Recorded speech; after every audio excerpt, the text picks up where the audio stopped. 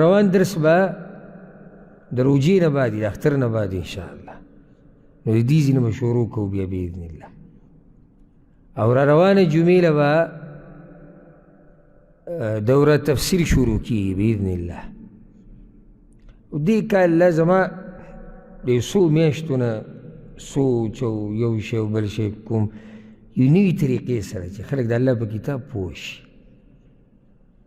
او کله چا شوق وي چې د الله په کتاب پوه شي او په اسانې طریقې سره نو چې د اول سره نه اخر سره پورې ورته کښېني.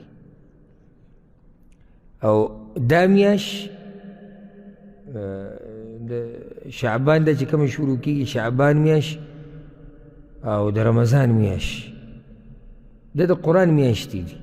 یعنې اثارو کې راځي چې سلفو به د شعبان دی میاشت ته شهر القرا وي د قاریانو میاشت، یعنې صرف به پکې هغوی تلاوت علماو به تلاوتونه کول، یعنې ځان به یې تیارو څه ته روجې ته. نو چې دې ځای کې ورته تلاوتونه وکړې روجې کې ته ډېر تلاوت کولی شي. که خیر هم کړی موږ یې روجې کې راولو 11 میاشتې بعد قرآن نو بیا کله اګرمۍ کوو کله خوب راځي یو مخ نیم ووایو بیا یې کېږدو زه بیا به مازدیګر ووایم ولې کې موږ عادت نه یو. دغه شان دې میاشت کې وګوره رسول صلی باره کې راځي چې هغه به ډېرې روجې نه وي دې میاشت کې نفلي روجې ولې ځان تیار کړي دې رمضان ته.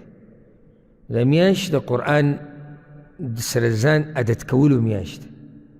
انشاءالله موږ به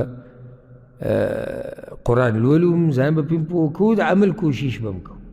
نو را روانې جمعې نه به انشاءالله دوره تفسیر د دې کال شروع کېږي او هغه به که الله ژوند راکړو الله غوښتلی و نو د هغه یو کم دېرشم رمضانه پورې به وي.